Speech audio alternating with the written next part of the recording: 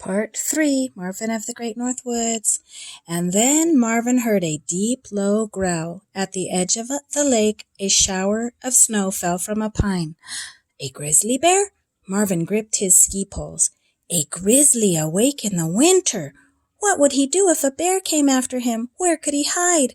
Could he outski a grizzly?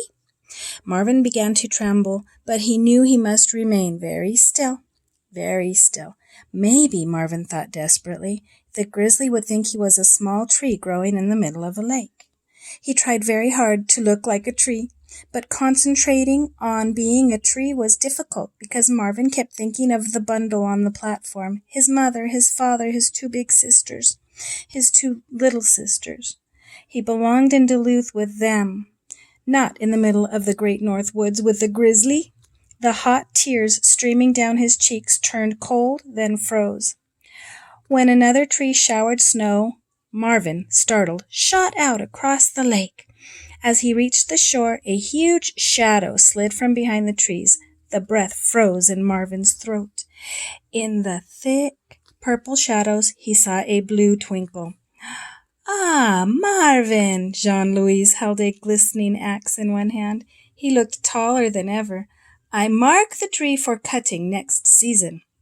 He stepped closer to the trunk and swung the axe hard. Snow showered at Marvin's feet. So it wasn't a grizzly, was it? It was Jean-Louis. "Ah, mon petit, you cry!" Jean-Louis took off his glove and rubbed his huge thumb down Marvin's cheek. "You miss your mama, your papa?" Marvin nodded silently. "Jean-Louis," he whispered. The huge lumberjack bent closer. "I thought you were a grizzly bear." "You what?" Jean-Louis gasped. "You think I was a grizzly?" And Jean-Louis began to laugh. And as he roared, more snow fell from the tree, for his laugh was as powerful as his axe. As they made their way back to the sled paths, Marvin heard a French song drifting through the woods. The other Jacks came down the path, their saws and axes slung across their shoulders, and Marvin and Jean-Louis joined them. Evening shadows fell through the trees, and as Marvin skied alongside the huge men, he hummed the tune they were singing. On one day followed the next. Every morning in that time when the night had worn thin but the day had not yet dawned, Marvin shouted, "Up, lève-toi, lève-toi," to Jean-Louis. Together they would go to the dining hall, where one day Marvin would eat steak and oatmeal without milk. The next day he would eat oatmeal with milk and flapjacks, but no steak. Jean-Louis always ate the bacon and anything else Marvin left. And every afternoon after that, Marvin would finish his work well before sunset and ski into the woods.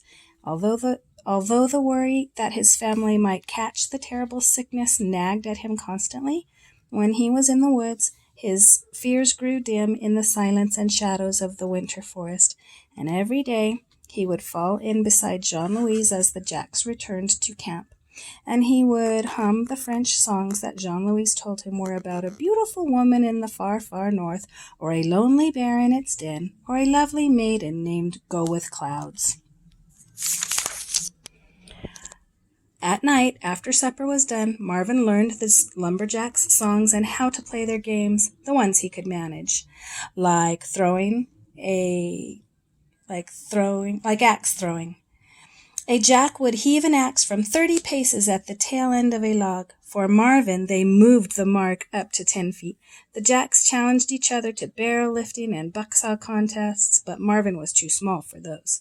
He was not, however, too small to dance. Sometimes he danced on the floor, and sometimes Jean-Louis lifted him, and Marvin did a little 2-step right there in his stocking feet on the shoulders of the big lumberjack.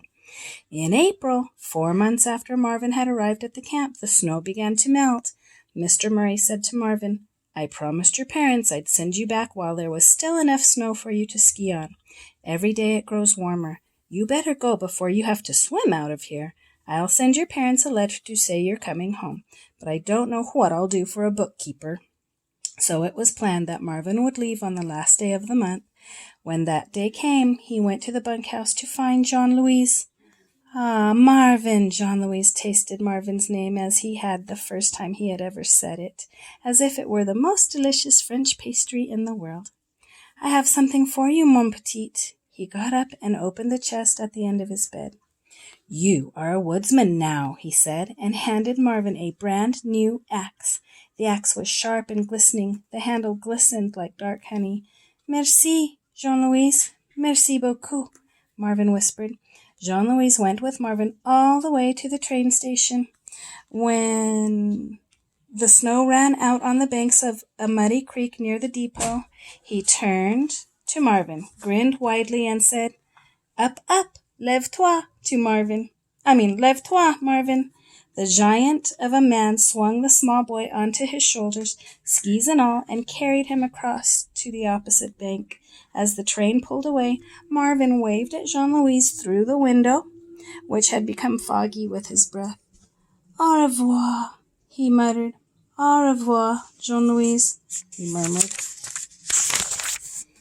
Marven sat alone on the train, and he thought of his family.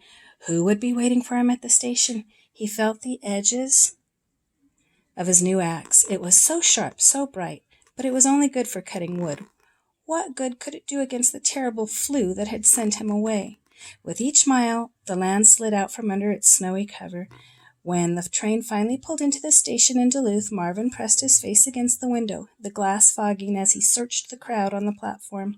When Marven stepped down from the train, he was still searching. Everyone looked pale and winter-worn, and not a single face was familiar. Then suddenly, he was being smothered with kisses and hugs.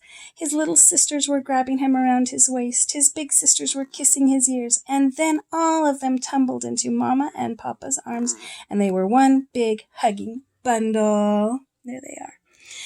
You're not dead, Marven said. His sisters, Mama, Papa, Aunt Gisa, Uncle Moishe, crowded around him in a tight circle. He turned slowly to look at each face. Nobody's dead, Marven repeated softly. The sickness is over, said Mama, and you are finally home. And that is a true story, boys and girls. And there's a picture of Marven when he was really a young boy at the logging camp.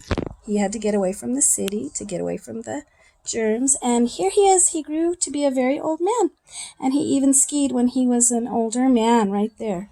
That's him as an older man. So imagine he was about your age, no, maybe a little older, at the logging camp. I hope you like that story.